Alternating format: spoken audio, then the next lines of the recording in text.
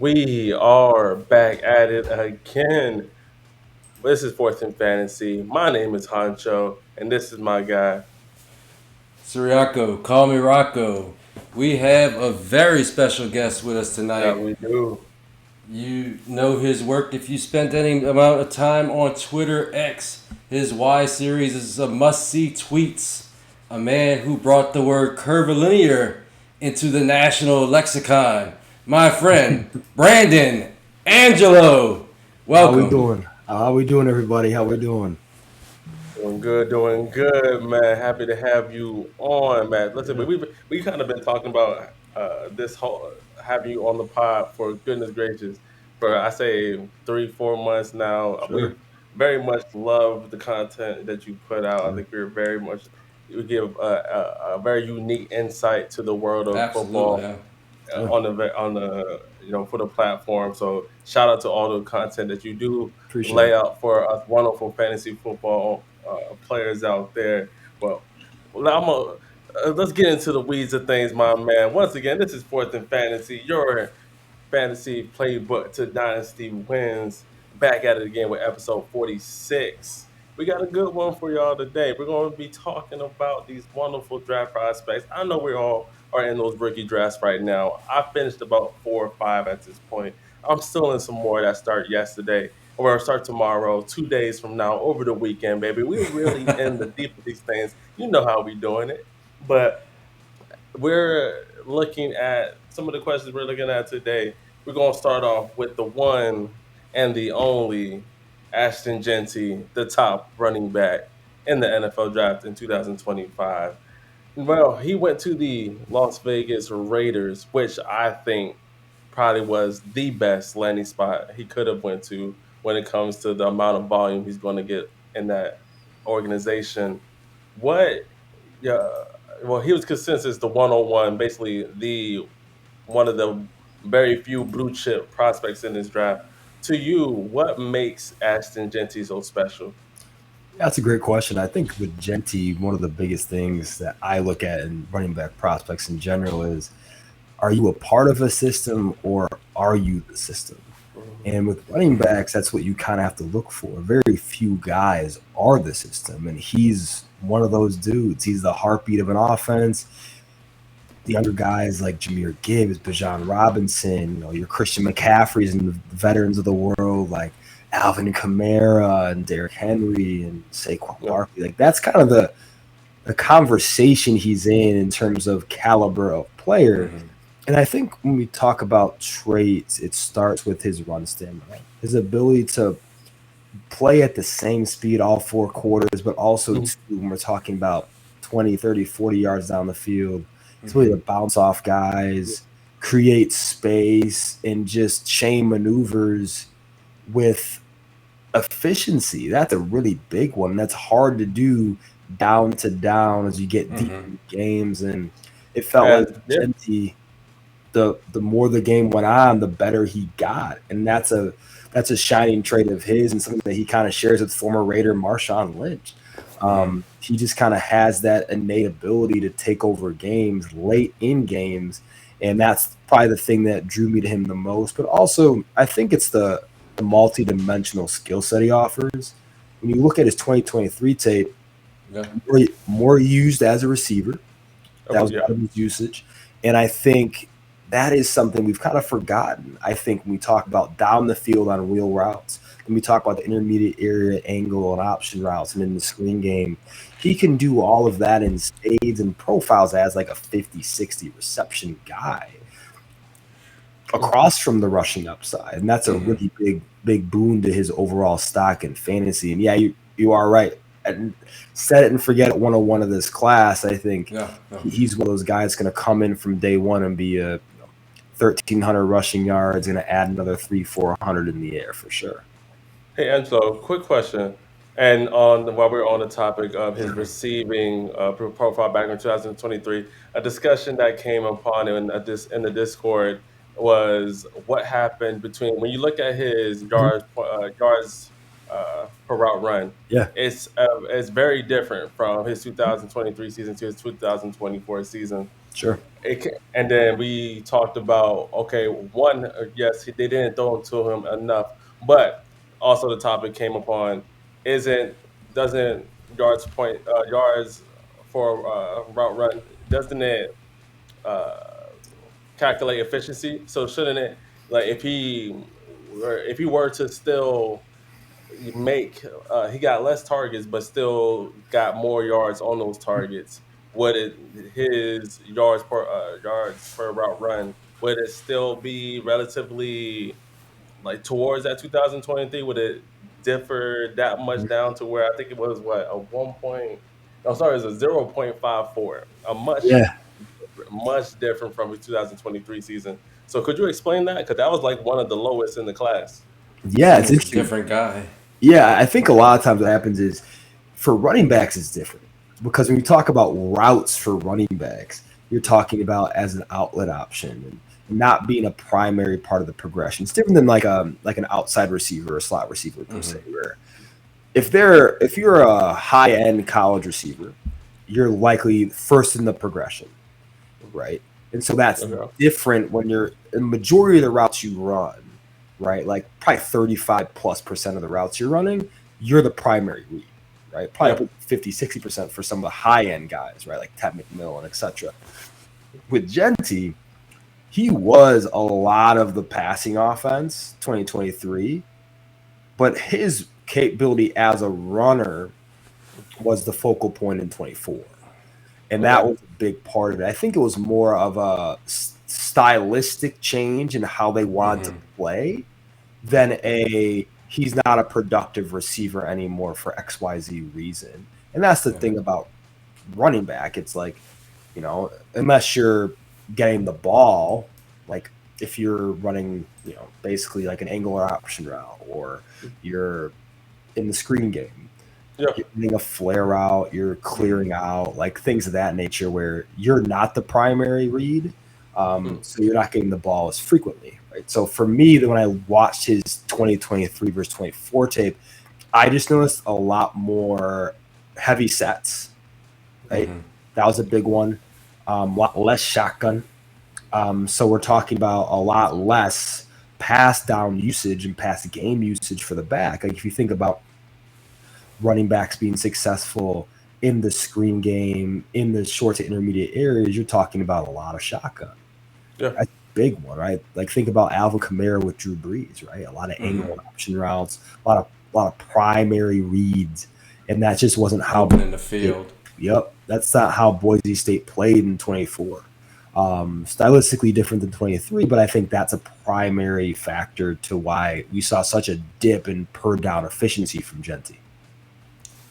I think maybe circling back to that original point, the fact that he can be an offense and that he has that consistency in his run style and his movements even late in the game sounds to me like he's not only a starter but he's a finisher, and he's a guy that the team can rely on to put away games.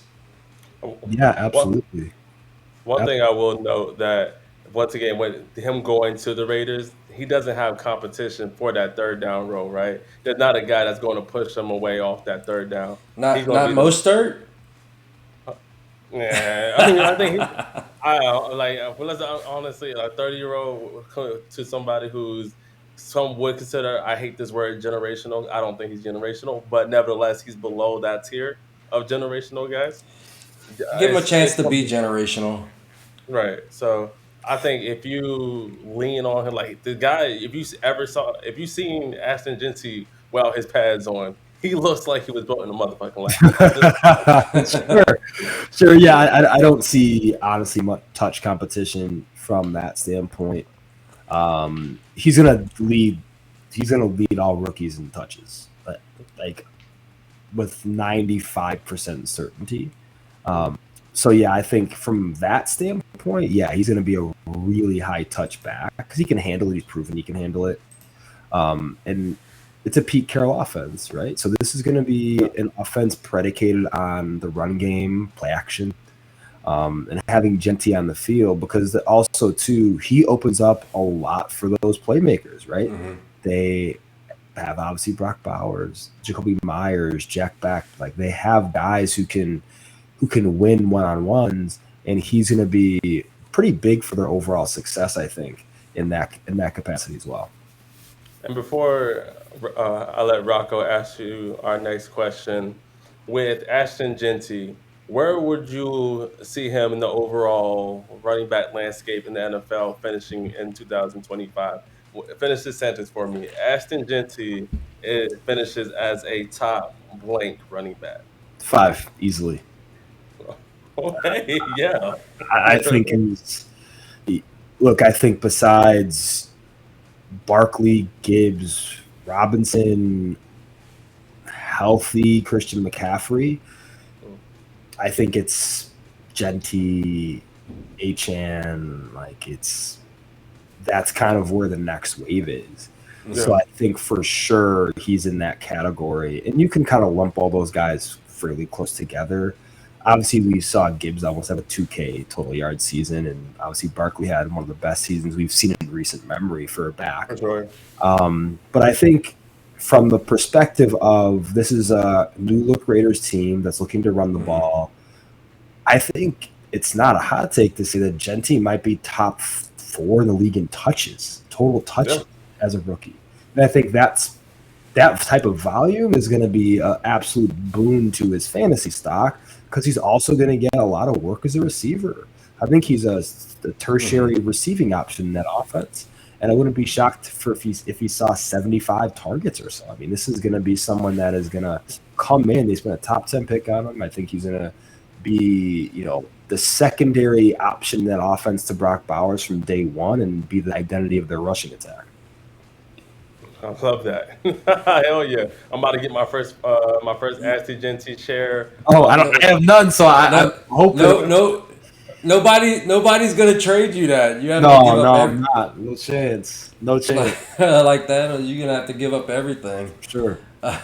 Yeah. So we're gonna get to know you a little bit. What is your background in relation to sports, and how did you get into the fantasy space and eventually start your website, Angelo Analysis? Yeah, that's a great question. For me, so I kind of got my start in sports. I was a collegiate track athlete in the Big Ten, ran professionally for a year afterwards. So I got to race some dudes who are on my fantasy team, which is a lot of fun, man, like Tyreek Hill, Raheem Mostert. It was a fun part of my life and career, and I'm very grateful to have had the ability to do that. And then afterwards, I got my start in the performance and sports science world. So that's what I currently do now. That's my full-time job. So I work with athletes on a day-to-day basis and other practitioners. So it's a lot of fun.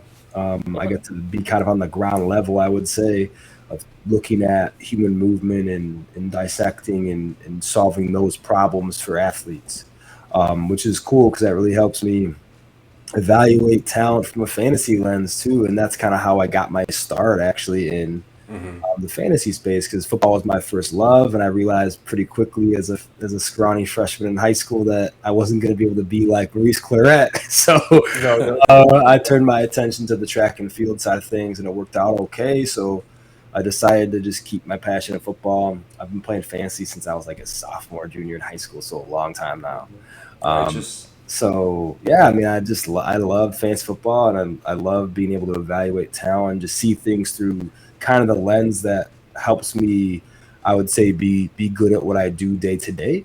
And then I just created the website, created my Twitter account first in 2019, and then just kind of went from there. I just enjoy being able to provide a different type of analysis with these prospects, just kind of dive deep into what their games are actually like from both a movement and schematic standpoint, and then just have fun with it and just chop it up with awesome people like you guys, and just kind of continue that journey and just, like I said, man, continue to just have fun with it and just enjoy the process of just obviously being in the dynasty space and also playing a lot of leagues with my friends and just having a blast.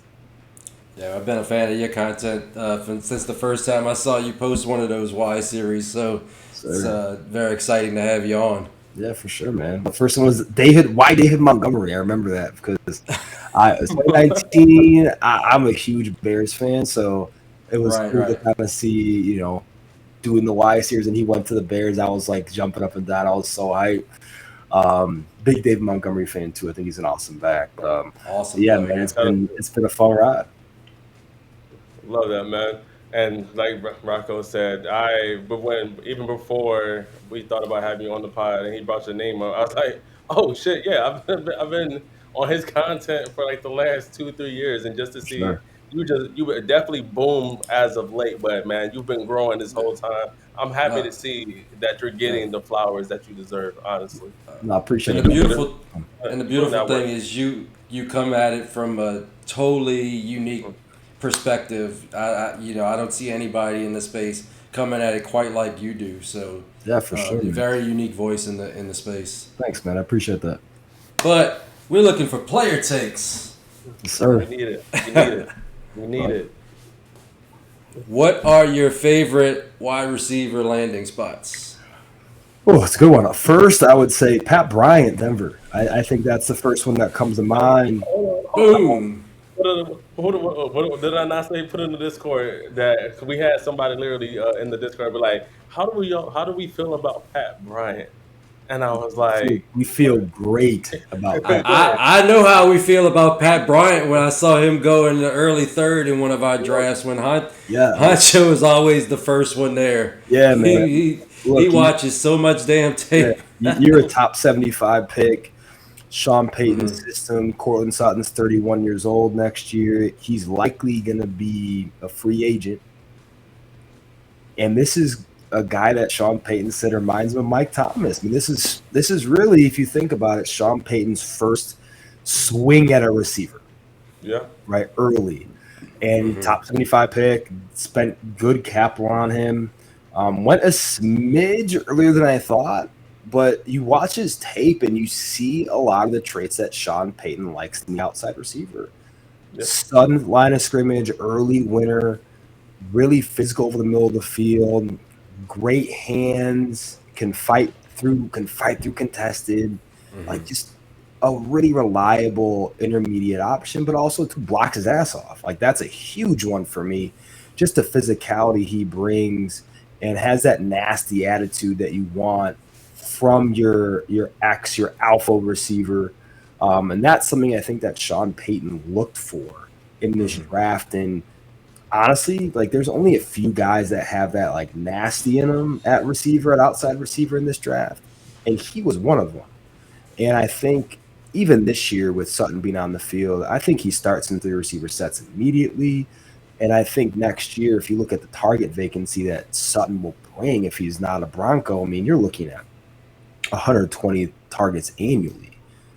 And if he's the focal point of a passing attack, which could happen, I mean, this could be, you're taking a guy in the 3rd round of a rookie draft that might be seeing 125 targets as a sophomore in the league. That's a huge upside. Now, with Pat Bryant, he definitely wrote some of. He was roughly around, I believe, wide receiver like 21 in my pre-draft rankings. I didn't think he would go as early as I did like him. I like to put out a disclaimer to anybody: if you make my rankings, I like you. There's a lot of guys that didn't make my rankings, so if you're on the list, I like you. Sure. Pat Bryant, and then he ended up post-draft going to my wide receiver 11. One, when I saw the actual quote of from Sean Payton said that he reminds them of Michael Thomas, I was like, I can see that because he is a motherfucking slack. He's like that. That's one of his favorite routes to do is the slant. Only the best wide receiver for a few years until he got busted up. No, what made it even more interesting was that Pat Bryant ran a 4.61, so that tells you he doesn't give a damn about any of that. Yeah, and that's great you brought that up. That's a huge part of it too, right? I mean, if you have a receiver, a top 75 pick, not that athletically gifted, that means you have a plan for him. It's not like Deontay Thornton Jr. being drafted by the Raiders. Wind sprints. yeah, this is going to be a guy that's going to be a clear out dude. Like, he's not going to get a high volume of targets. If you take a dude in the top 75 picks who's a 4.6 guy, doesn't have a majorly explosive aspect to his game, you see a clear and concise role for him. And that's, I think, what Sean Payton sees with Pat Bryant. And he has the potential to be a high volume guy in the near future just because of what that offense is and also to what Bo Nix does well. You look at Bo Nix in college, go watch Tez Johnson. Watch the routes that he ran and won at. Yeah. Short to intermediate areas, got open quick, able to get the ball out. That's where Bo Nix is at his best. And I think with Sutton getting up there in age, doesn't have that type of twitch anymore, obviously post ACL, but still productive acts. I think Bryant can really potentially offer the Broncos offense a bit of a revival at that X position for Sean Payton.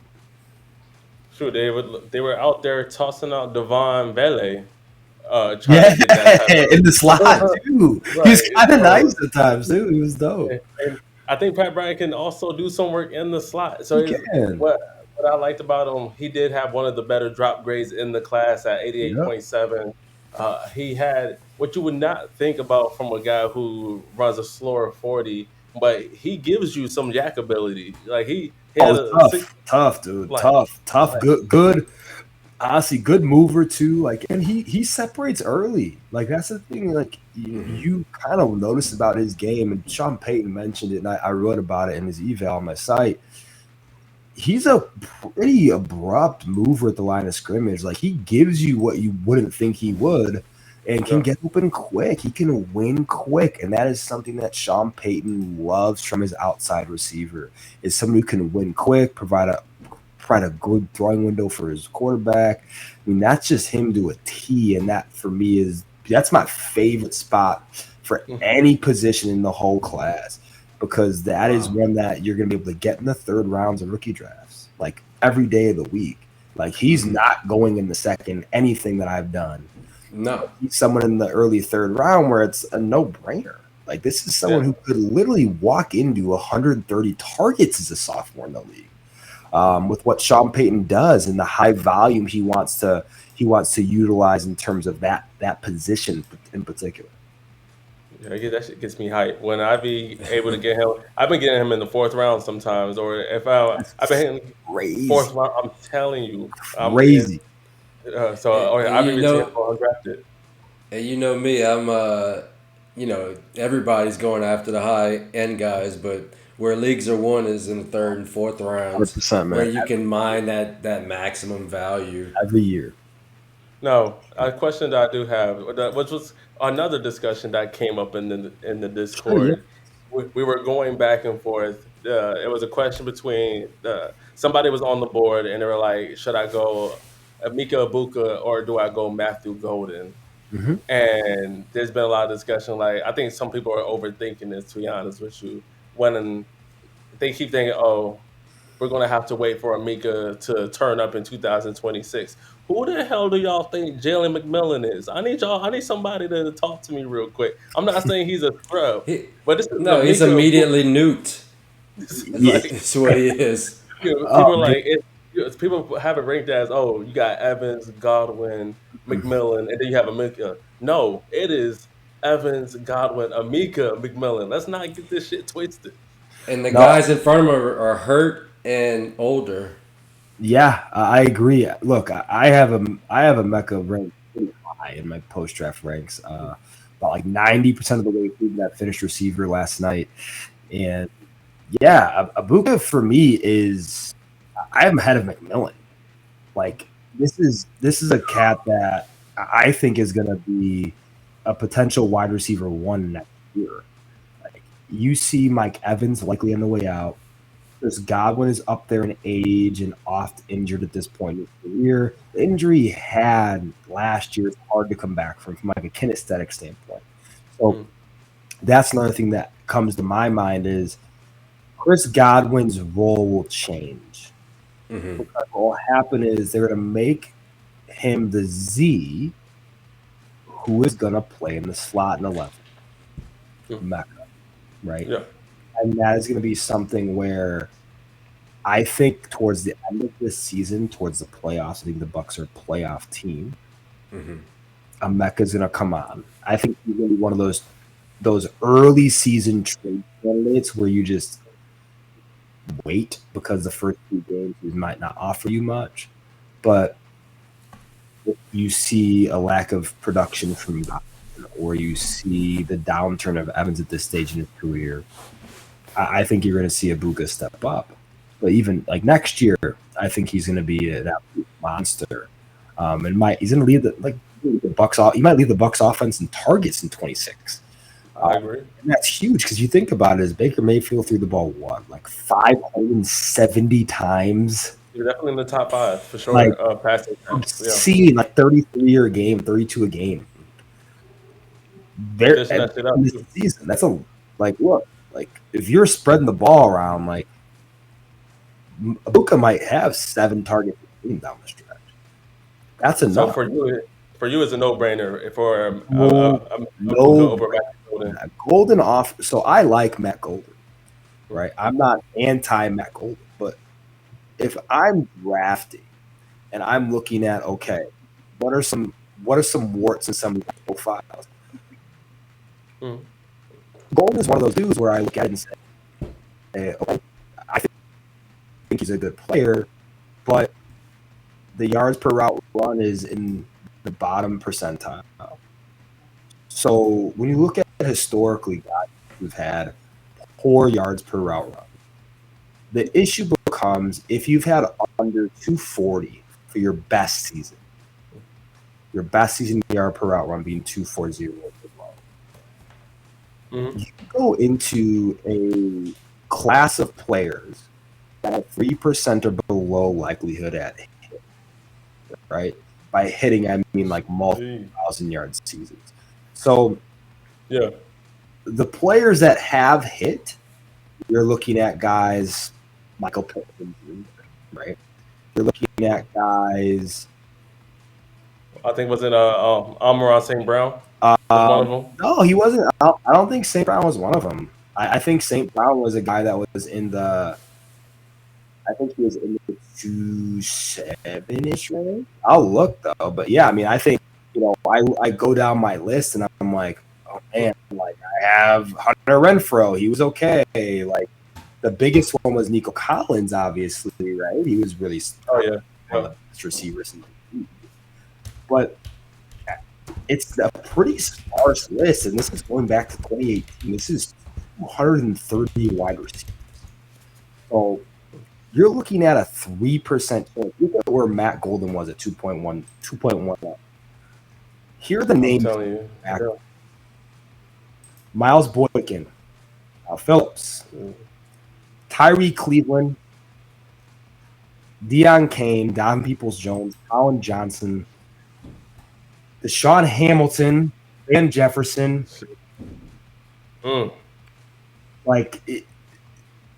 This is not a. That's not a good group. That's crazy because I'm like, I like this dude. Like he can play, but here goes this. I think there's a better chance that Matt Golden is a version of Brandon Cook than he is a version of Stephon Diggs, which is fine, right? Brandon Cooks is a pretty dang good player, but he had multiple 1,000-yard seasons. Exactly, he could be productive, but like I think we're talking about being the focal point of an NFL offense. Like I personally don't see that, and so that's kind of the tough thing. It's like, like he's obviously got to have one, but like data from 2018 on is not ideal because that metric alone is pretty predictive in terms of eliminating the guys who haven't hit X threshold. And the threshold for receivers is typically 240. So that's the tough thing. Is I like him a lot, but I would take Egbuka over him any day of the week. I think that's the tough part of it. And Amon-Ra St. Brown was actually at 265, so he was above he was above that threshold. Justin Jefferson 264, George Pickens 264, Rondell Moore, like Jahan Dotson, Brian Thomas Jr. 261. Like, those guys are fine. But once you get below 240 and especially 230, it's like the names you list are guys that are in the league. And so that's the tough part is like, do you air it on this guy's film is great, athletic, or do you look at it from the lens of like analytically, he's going to be a total outlier? Like that's the tough part for me. It's like, you know, he's going so early. Like I'd like to grab a couple shares, but like you're going to have to draft him at 108. And it's like, yeah. So I think he's in that range. He's steamed up too much. Yeah, he's in that. Shoot, I seen him go as early as 108. I seen him go as late as 202. And if we have time at the end of the show, I have an additional question to ask you about a wide receiver that analytically his profile's ass, but he went early though. So we'll yeah, no. Yeah, for sure. Our next question: what was your favorite running back landing spot? Running back landing spot. You know, I'm gonna go off. You can't say Ashton Genty. I'm not gonna say Ashton. That wasn't even my favorite. No duplication. I'll say this. I'm not gonna go with Denver Broncos again. RJ Harvey might be my favorite because he was someone too. Obviously, he's a 24-year-old. We were like, no. But Sean Payton picked his Jones. That's all I gotta say. 2, I would say Caleb Johnson. I think he got the best spot possible for him. Stop playing with me. Stop playing with me. I'm going to drink for that one. I think he got the best landing spot possible, Arthur Smith's zone scheme. And you listen to what Mike Tomlin says about him, they view him as a volume runner. And that is where he is at his best. He's a rhythm-based runner, needs a barrage of touches to get going in the flow of the game. Jalen Warren's on a 1-year deal. So this is going to be Caleb Johnson's backfield now. It's to be Caleb Johnson's backfield next year, and Caleb Johnson's backfield as long as Mike Tomlin's a Pittsburgh Steelers head coach. So that's a big deal when you're talking about stylistically. There are definitely warts on Johnson's profile, huge ones. But the caveat is, and I put it on the site, if he lands in a sound zone scheme, wheels up, and this is a few spots here, Chicago, Miami, but they have backs, right? Yeah. San Francisco, they have backs. They have CMC. Pittsburgh, this is the spot. That was a spot. Najee Harris doesn't fit that mold. More of a gap guy, downhill, punish you quick. But Johnson has great feel for zone blocking and just really good awareness and field IQ of just overall feel for space. So I think he's a day one starter. This is a dude that's he should rush for 1,100, 1,200 yards, like in this offense from year one. If all goes well and they, that offensive line's blocking well and Smith's down it up. But yeah, I mean that's a talk about a hand in glove fit. That's the big one in this class. I don't think enough people are talking about how important for the RB landscape that is. Like this is as hand in glove as it gets. I told people, I was telling everyone who would listen, one, I'm standing on the hill, I'm still on the hill, that Caleb Johnson's my RB2. And I was like, don't let him get good landing spot because y'all will be sick of me. And let me know by mid-season, people are gonna be even more sick of me because I feel if they could. Oh man, I've been trying to tell people like they overblew his 40. They said he's not athletic. Come on, man. Like if you cut on the tape, fuck of what a 4.57 looked like. I believe he reached like 20. He's one of the few to reach. I think he reached 22 miles per hour at least one time in a run. He had. This season, which was equivalent to like a mid 4.4. I like me some motherfucking Caleb Johnson. He taught me. Caleb Johnson was your RB2 when we started this podcast. Midway through the NFL season. I mean, he's he's a runway back, needs clean lanes, but he's a good player. I mean, he's a zone back. Like, this is someone that's not going to be he's not going to be for every team, right? And the play speed versus time speed conversation is interesting because it's like he plays faster than that. He's not a good accelerator, which really that hurts his 40. The 40 is an acceleration-based test. So it's like being smart, but stinking at the ACT and SAT. It's the same thing, right? So for him, good play speed because he's got good top end, but he's just not a good accelerator. And I have him, in terms of play speed, I created a play speed 20.9 miles an hour. I got him at in game 20.9, fast enough. Fine. I don't care about his testing. He's zone back, not a big deal. But Tom was going to give that kid potentially 18 touches a game. Like, I'll take it. Go ahead, Rocco.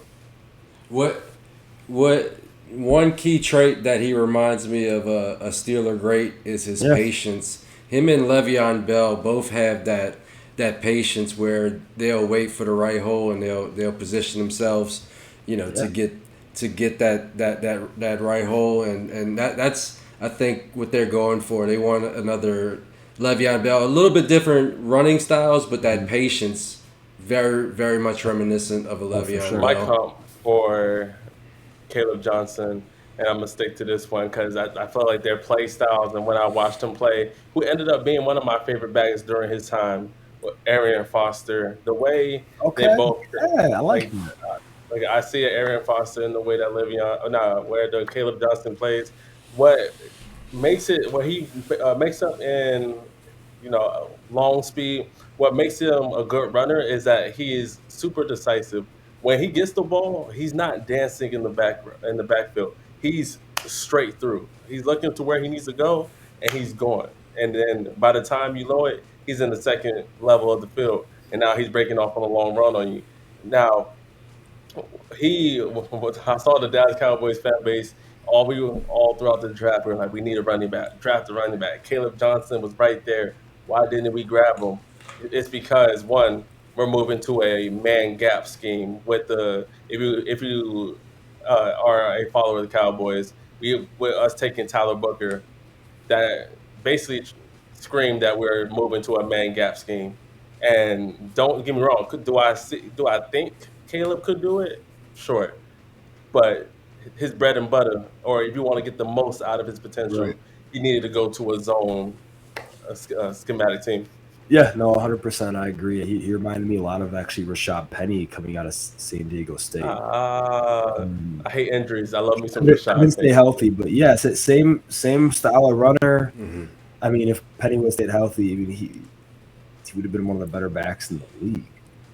Yeah, I mean, he was a league winner right before he had that last injury and kind of found his way out of the league. All right, now we have a little game that we like to play on Fourth and Fantasy, a little bit of this or that, where we ask you 2 players or 3 players, relatively, and you tell us which one you would rather have on your dynasty team. Our first one being R.J. Harvey, Cam Scatterbo. It's a tough one. Harvey, the capital speaks volumes. Okay. What about, and I saw that in your rankings, Cam was actually your RB2, I believe. Correct. Speak on that a little briefly, man. Like, I think he got a lot of hype. One, he was supposed to be the Heisman. Okay, whatever. But then when you watch him play, it's like the man can run the ball. And mind you, he ran a 4.6, and the 40-yard dash is like for running backs. Right. I hold it to a standard, but I don't really hold it to a standard for running back, right? So when Cam Scatterbo, he can run the ball, but he's one of the damn best pass catchers of the ball. He is. Yeah. So, like, what makes Cam for you RB2? And is he still RB2 at post-draft? Yeah, I mean, on film, so how I rank, he ended up RB3 for me on film. 89th percentile running back prospect for film grade, which is good, really good. I mean, for me, he's an immediate starter potential guy because just the ability to be, I would say, the energy giver of an offense is really important. And his ability to work through different types of contact is pretty rare. He reminds me of Dave Montgomery coming out of Iowa State, very similar player. Similar, yes. And one of those guys, too, that's a really good pass game option.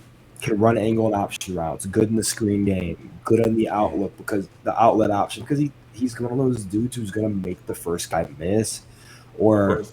or just get past him, right? This contact balance, his ability to work through gaps when there's heavy contact, be one of those guys in the low red zone too. That's just a touchdown score. Like, I love Cam Scatterboom, man. He's one of those dudes that I root for because his play style is just infectious. Um, I like the landing spot a lot. I think that's one of the places where I think he can see immediate touches because Devin Singletary is. I think he's kind of on his last leg, so to speak. 100%.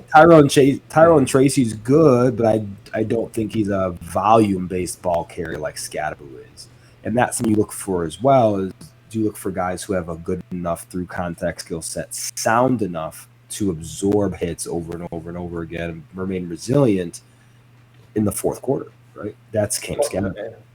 So And that's with Cam, one of the things I did saw with him, he had next to Ashton Genty, he had the second most missed forced fourth tackles. tackles. Yeah, For a big boy, he's slender. For one of the, I think one of his superpowers is like how bendy his limbs are. It's kind of oh yeah, limb it's pliability. I talk about it, man. I talk about it's it length. I have like a film library on my site, and that's one of the clips, and I talk about it at length. I mean, just the limb pliability for freaking his size is ridiculous. I mean, he's taken some hits, and I saw it. I'm like, there's no way that's not a multi ligament injury. Like seriously, like he's taken some, just gets back up and then runs dudes over the next play. It's I'm just one of telling you, these wild traits that he has. it's freakish, and and that's what really gets me watching. Like why I like Cam Scat after, and that's just why he's RB. I have him right behind RJ Harvey at RB7. That's fair. Yeah. I mean, for me, I think post draft, let me take a look and see. 'Cause I just did the running back section of my rankings last night with the receiver. But for me, right now, he's probably going to end up RB, probably between RB6 and RB7, maybe. Maybe higher than that, even, honestly. Because for me, I think the big thing was he's going to be one of those guys where he is a potential starter. Like I have it, Yeah, Jeanty, Henderson, Hampton, Harvey, Judkins, Johnson, Scatterboot. So okay. without tiers involved, obviously, but I mean he's one of those guys in that hodgepodge of the back half of that. He could start and run away with the job. So that's one of I those agree. important aspects where you look at when you look at try to forecast future starters. One of the things you do is look at previous capital and also look at previous performance. If the back is under 4 yards per carry or 4.5 yards, 4.2 yards per carry, then you look at forecasting towards the future, like a Bucky Irving and Rashad White, right? Rashad White wasn't overly productive as a runner, so you knew they were going to Yeah, bring in a runner, right? Even if Irving got day three capital, didn't matter because he's going to come in and be potentially more effective than the guy who was there prior. And he yeah. obviously took White's job, and now White's in the role where he belongs mostly in pass protection, third down role, which suits him much better. And so you look at Tyrone Tracy. This is a guy that was I believe, fifth round pick, right? Former, 3. yeah. So yeah, I mean, there's not capital tying the Giants to Tracy. This is not like they drafted a Jahmyr Gibbs or an Ashton Genty caliber prospect, right? They don't Right. have a lot invested in Tyrone Tracy. So that means Cam Scatteroo is someone that they can potentially give a ton of touches to, see what happens, and they have a cheap option for his rookie deal. So that's a way to look at it for me when it's like, yeah, this is forecasting Scadaboo to potentially, if he's healthy, fantasy relevant. And that's why my Tracy shares kind of got nuked when I saw Mr. Cam bring himself into town, which brings us to our second Yeah. Caleb. Oh, sorry, go ahead, Rocco. No, and down the stretch, Tracy had some huge fumbles that kind of got It him did. in the doghouse briefly, and that kind of slowed down his momentum last year. So I don't think they're married at all to Tyrone Tracy, and I think that Cam Scadaboo could come in and kind of immediately take over a large majority of that work. 100%. And just the last nugget on that one. One thing I brought up to Rocco a little earlier was that I think the Giants are trying to go back to their roots. When they were doing their Super Bowl, having their most Super Bowl success, what system did they have? They wasn't giving it to just one back. They had the Ahmad Bradshaw and the Brandon Jacobs combo. Yep. I think they're going back to try to reinvent that wheel. Yeah. And Back system. yep. Now, Caleb Johnson or Quinshon Judkins? Caleb Johnson, not even close. God, stop playing with him. That's sir. I mean, Quinshon. He could have a for one, I think you look at his offensive environment. Like the Browns are going to potentially be the first overall pick next year. They are probably going to be bottom 5 in points scored, bottom 5 in red zone opportunities, and bottom 5 in rushing efficiency because they're blocking. Yep. So I'm not taking any back in Cleveland right now because they can't score. Who's going to play quarterback?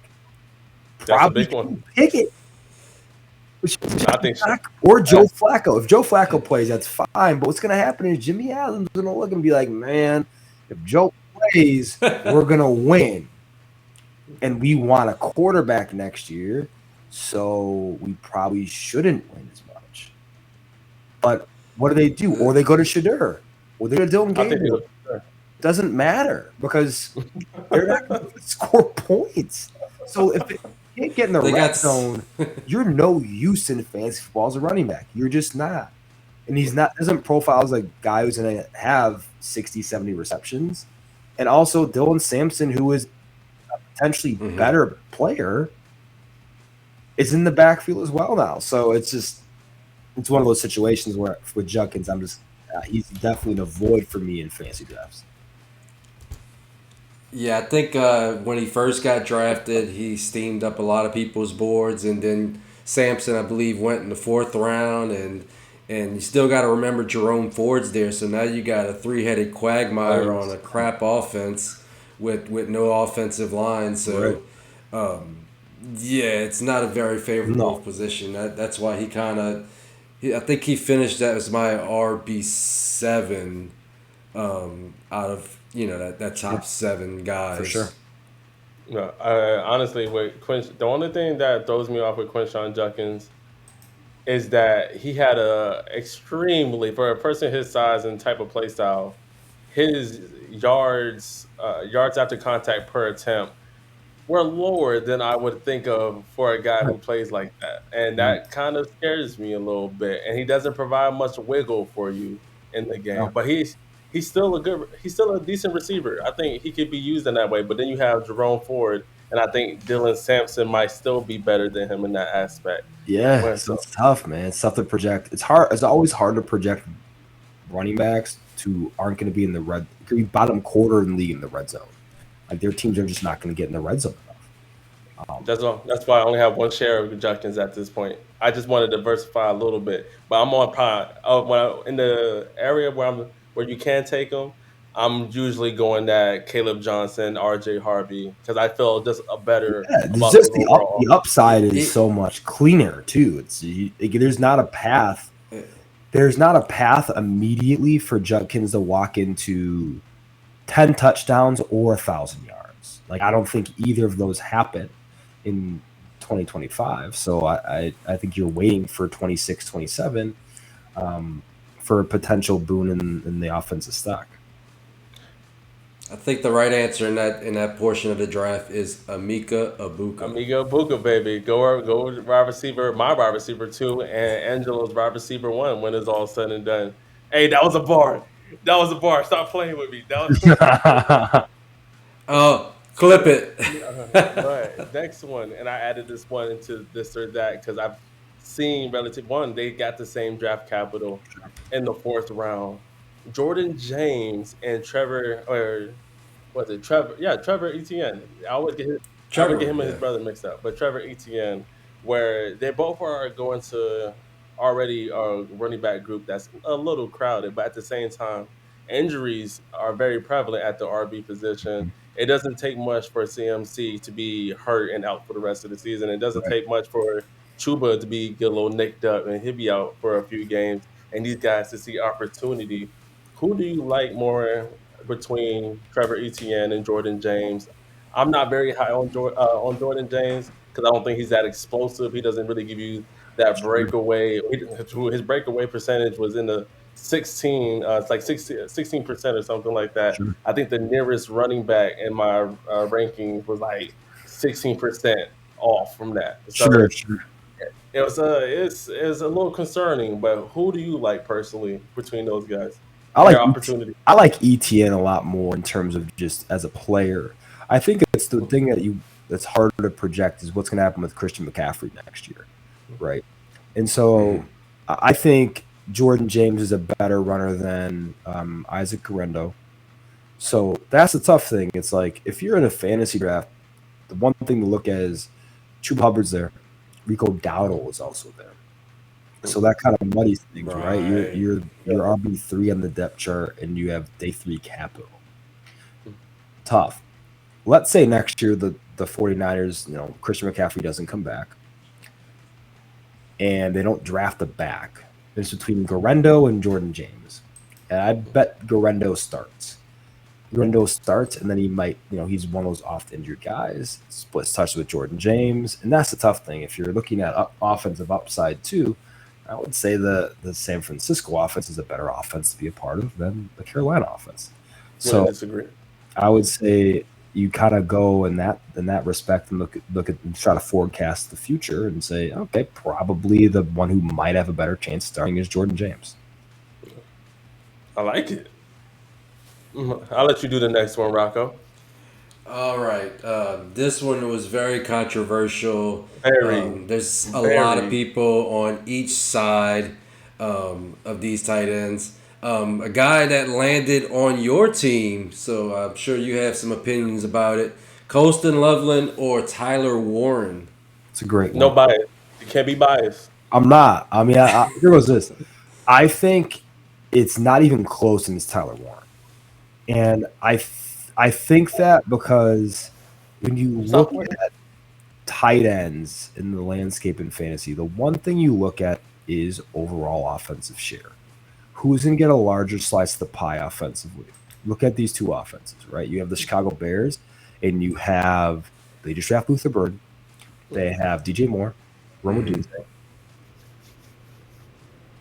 Cole Kmet too. So it's like they have guys offensively, and DeAndre Swift is a pass game option as well. Sure. They have guys offensively that are going to take up a large slice of that pie. Then when you combine with Loveland, the AC joint injury is a serious one, right? This is one where he's not going to be ready by camp. He's going to miss a lot of time, and long term, I'm concerned about the shoulder. He was my tight end one in this class, but Yep. long term, I am concerned about the shoulder, and that's something that's tough because he's a really talented case. I think he could be as good as Trey McBride. He's the highest paid tight end in the NFL. Well, now George Kittle is, but second highest paid tight end in the NFL.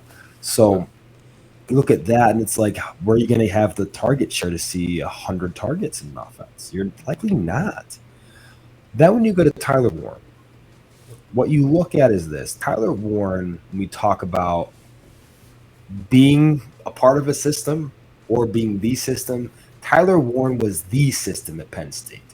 And that's a big boon to his stock because you go into an Indianapolis Colts offense that lacks identity. Yo. Obviously, we have Jonathan Taylor. But besides that, Josh Downs isn't a primary receiver. Michael Pittman's not a primary receiver. Neither is Alec Pierce and Donnie Mitchell. Mm. You look at Tyler Warren, he has the highest capital of any of those guys on offense. Any of them. And that is the biggest deal. He's going to get a chance to have an absolutely massive slice of the pie from a passing attack standpoint, but also to his big item is he's a part of the rushing attack. He offers you a legitimate skill set as a low red zone ball carrier in taking it in Wildcat or as a ball carrier. He threw a pass. Like, this is a guy that is going to be used as the focus point of the Indianapolis Colts offense. And I think that's a really big deal because you can't say that about many tight ends in the NFL anymore that are not named Brock Bowers. So that's tough. Loveland doesn't have that type of opportunity, that clear ceiling, right? There's a lot of things in his way, but also, too, another thing with Loveland that, for me, I'm like, oh, God. If you look at tight ends that have had under 650 yards in their best season collegiately, the hit rate for tight end 4 or better is 2%. There's been one guy who's had a tight end 4 or better season. Geno Smith. Dalton Schultz. Damn it, that wasn't even close. 220. Now go Cowboys. He had 220. That was the conference. Okay. He had 222 yards. 2018 on. 222 yards. Loveland is funny. He just finished his threshold. He had 649 and the threshold 650. But yeah, I mean, look, if you look at that group, it's Cade Otton, Jake Ferguson, Cole Kmet, like good tight ends in terms of fantasy finishes. But these are not top 3 guys. Like, if you're drafting a tight end, especially one if you're drafting with first round rookie capital, you want the guy who can have a tight end 1 finish. Tyler Warren can have a tight end 1 finish. Loveland, I don't see him being the focus point of the Bears' passing attack. I think it's too crowded. The ceiling isn't clear. The injury does scare me long term. And I do think at this time next year, we're talking about Luther Burden as being the focus point of the Bears' passing attack. Well, I have a quick question, kind of circle around to that AC joint. Do you think that was part of the reason why he didn't have much yak in college? That's a good question. I think stylistically he doesn't profile as a big yak option. That's another one. I think he's, Zach Ertz plus when it comes to yak, right? Okay. I think he's a way better athlete than Zach Ertz was. But he's going to win in the yak department because of play speed and getting a step on a backer, not being able to he's not like a Harold Fannin Jr., right? Yeah. Who can make a guy miss or just break tackles or just be that energy giver. It's not who Loveland is, right? He's a seam stretcher. He's great at the stem. Awesome later. Like, he's a phenomenal receiving target. But I think it's just more stylistically, it's not his game. Like, Tyler Warren can do that. Harold Fanning can do that in this class. But he's not one of those guys who can really break down defenders and get east-west and then take it to the house. It's not who he is. Interesting. Yeah. One other thing before we get off of these tight ends, not really a question, but the fact that Anthony Richardson hasn't had that easy target in the middle of the field. He's had a banged up Michael Pittman and a smaller Josh Downs, who was his number one. To have a guy like Tyler Warren operate in the middle of the field kind of gives him an easy out, an easy button. And tight end, a top end tight end is a quarterback's best friend. So I wonder if this can kind of help him maybe kind of stay in the league at this point, if not, get traded and have to restart his career. Yeah, I mean, I think whoever starts in Indianapolis, the number one target's going to be Tyler Warren. I think having it, like you said, I think that's great, Rocco, an easy button, right? They never had that. Like the Colts do not have that, right? Mm-hmm, yeah. I like Josh Downs, but he's not an easy button target, right? He plays just in the slot exclusively. Michael Pittman Jr., I mean, the injury last year severely hampered his play, but he's not like a top half the league X receiver. We don't consider him alpha. No. You're going to have to hit him on timing routes, and I'm Right. not sure So it's that like- Anthony Richardson timing routes You want is a something. guy that you can get the ball to in a high leverage situation. You want a guy you can get the ball to in a multitude of different ways, and that's what Tyler Warren can bring. And he's, even if you're not tight end premium leagues, like he's going to be a tight end one for a very long time. Like he's going to be one of those guys. He's one of the safer picks you can make in non-premium leagues after 106, 105, and just live with the fact that you have a guy that's going to be a top 3 tight end for a long time. And that's a huge thing with Loveland. You're hoping a lot more things go right. I like it. And then last question before we get out of here is what I wanted to ask you a little, or before we get into the outro. Isaac Tesla went in the motherfucking 3rd round. I've been very low on him. First off, because he looks very stiff, robotic when he's running, but nevertheless, an athletic beast, analytically profile ass. I'm sure, yeah. But you got to trust Detroit, though. Like, what makes you, if you have got to Isaac Tesla, what makes you think made teams go, I want this guy in the 3rd round? Yeah, I mean, they traded, 3rd round picks? Yes. Like, they traded a lot to get Isaac Tesla.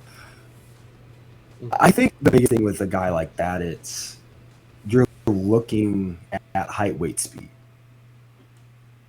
You're looking at a developmental aspect, and you're looking at, okay, this guy has a lot of unteachables. Now let's teach him. Like, that's how they're looking at that. And Brad Holmes is this really smart GM. They're looking at potentially moving on from Jameson Williams. I don't know if he's a Detroit Lion next year. If he's not, that opens up a whole element of the passing attack that's up for grabs. And if Isaac Tesla develops in that offense, that's going to be an offense I think it's going to look similar to what Ben Johnson had. Not as efficient, I think, because Ben's a phenomenal play caller. But talk about a lot of 12 personnel. We talk about a lot of play action. We talk about that X receiver. We saw Tim Patrick there, Allen Robinson at times.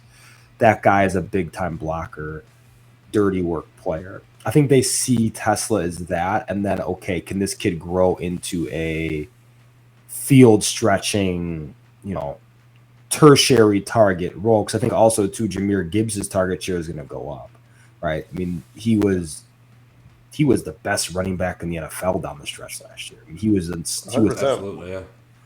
And so I think they're going to give him more on his plate as a receiver. So I think when you look at that, it's like, okay, like, are we going to really pay Jameson Williams all this money? I don't think so. I don't think so either. I think Tesla's a big reason for that, actually. I think Brad Holmes is like, we may have our guy of the future here. He has the right mentality. He's coachable. We like what he brings from an athletic perspective, has the size we want. I think that's a big thing. So for me, that's why he could have success. But yeah, I mean, from a yards per route run perspective, like, oh my gosh, like he's like 198, I think I have him at. Best season yards per route. Yikes. 198. It wasn't good. There has never been, under 2, there has been one player ever, well, since 2018, to have a top 24 fantasy finish. Hunter Renfrow at 171. One. There's like 230 receivers we're talking about. So that's the tough thing. It's like you're really betting the outlier and you're really betting on the capital. But if you look at the forecast, it's not as grim as it seems. Like this could very well happen, but again, it's a bet against, it's a 1% chance from an analytic standpoint. But Brad Holmes invested 3 third-round picks in this kid, so it's like they see something. They see something. So I'm gonna in like the 4th round, like sure, like that's the stuff where you're like, you know what, throw a lot of this stuff out the window. Like go where there's clear signs. Like that's a clear sign. Pat Bryant in the X role is a clear sign. Yeah. So those clear markers are what you kind of have to go after, not just like, okay, analytically, this guy's not great. For me, I use like the first couple rounds are the really big analytic rounds for me, where it's like if a guy doesn't hit like Matthew Golden, right, doesn't hit the threshold that I want to see, the percentage chance of him succeeding and exceeding that is 2%. Well, then I'm going to trust that and draft a player like Emeka Egbuka at that same range, who I think has a better chance, a better percentile opportunity. And I think that's kind of how I err in the early rounds versus the later ones. I like it. And this beautiful. I'm going to let you take us out, Rocco. Yeah. Just to speak a little bit on that point, to me, Tesla profiles is a guy that I don't really go for in fantasy. He's more of a guy that'll have real life utility. Opening the field for some of those other guys. So maybe he'll be a poor man's Jameson Williams, but I just don't see myself investing in him, and he'll probably be somebody. If you draft this year, you'll probably be cutting him by this time next year when you're starting to make room for rookies incoming.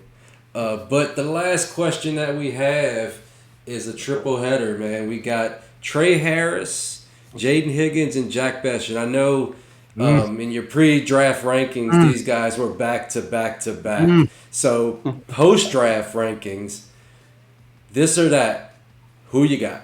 Harris. I think the upside.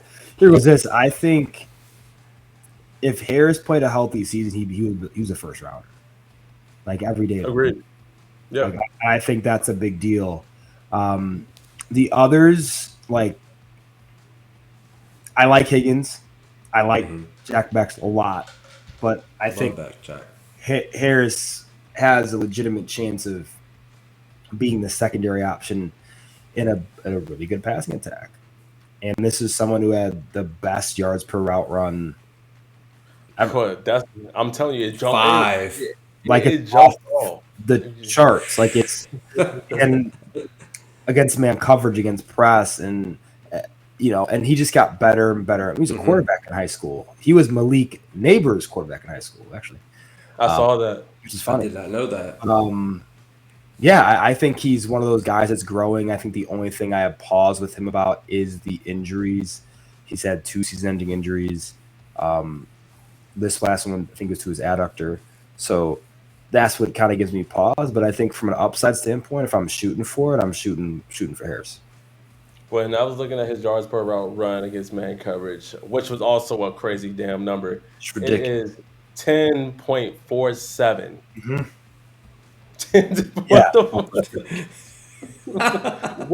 What the hell is that? And then that was not even realistic in Madden. I'm telling. I saw that. I was like, let me double check this. And then you look at his overall grade in man, which was a 95, and then you look at his yards per route run against zone, which also was a 4.05, which is still really good. People say a comp that came back to me when I saw him play was a Michael Crabtree. Like he's not somebody. He's not a burner, but somehow he always seems to be beat guys downfield. He's a more savvy route runner than people give him credit for. Wherein him coming out of his routes, he knows how to break down. I think he's for his size, he's a good decelerator. And he's one of those guys that you want the ball in his hand. That's when he makes the plays that he's trying to do. You want him to, get those, get the ball in his hand, make something happen. And honestly, you're going with a guy with Ladd McConkey, you're going with Justin Herbert, And true, I no disrespect to Mike Williams, but that's not going to stop Trey No, Harris not from getting anymore. on. No, for Yeah, sure. that's Yeah, not going to stop him on the field. no, I agree. He reminds me a lot of Allen Robinson II. I think that's the guy he reminds me the most of. I And think he was a dog. yeah, he was. He can win in, he had like a 1,500-yard season in Jacksonville. Yeah. He can win inside and out. I mean, he's one of those dudes I think that just jumps off the page at you when you watch him. But yeah, I think he's someone that has, out of that group, I think the highest upside. I think he also might have the lowest floor because of the injuries. But he has a chance to really elevate that Chargers passing attack. Hell yeah. Right. Love it. Right. All right, my G. We are at the end of our episode, and this has been an amazing one. Once again, thank you for coming on today's episode, Angelo.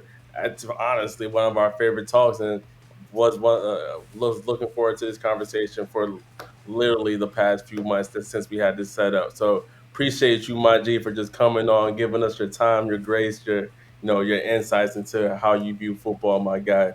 And please tell the folks where they can find you at, man, where they can find your content. Yeah, for sure. Both you guys, thanks a ton for having me on. I had a blast. If you want me back on any time, just feel free to give me a shout. Definitely. You guys can find me on X at Angelo_fantasy. And then on my website, angeloanalysis.com. Have all my profiles up, like 70 of them, 70 film evaluations. I have a film library on there where you can watch content, which is pretty unique. And then also have my Ascension rookie draft guide coming out this weekend. So Awesome. that'll be awesome, just in time for rookie drafts, and looking forward to helping a lot of people win leagues. So that's the goal. Yeah, baby. Perfect. Yeah, we're degenerates, so we've already drafted about a third of our leagues. I love it. I love it. I can't even tell my wife how many leagues I'm in, but I just smile and nod. every time she asks, she's like, "It's a different number. It keeps going up." I'm like, "Stop asking me." It's just going to have to All happen. right. But Hit him with the thank you all.